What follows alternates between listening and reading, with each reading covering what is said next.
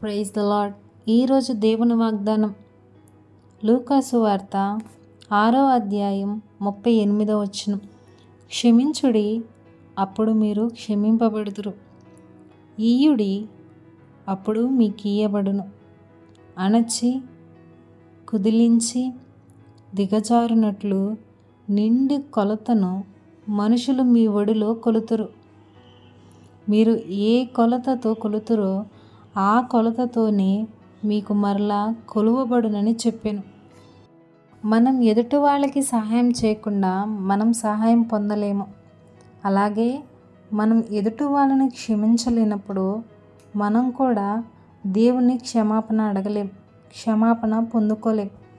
దేవుడు సెలవు ఇచ్చుచున్న మాట ఏంటంటే, మనం ఒకరిని క్షమిస్తే, మన శత్రువుని క్షమిస్తే దేవుడు మనల్ని క్షమిస్తాడు. మనం ఒకరికి అప్పిస్తే దేవుడు మనల్ని ఆశీర్వదిస్తాడు. ఒకరిని ప్రేమిస్తే శాశ్వతమైన ప్రేమతో మనల్ని ప్రేమిస్తాడు.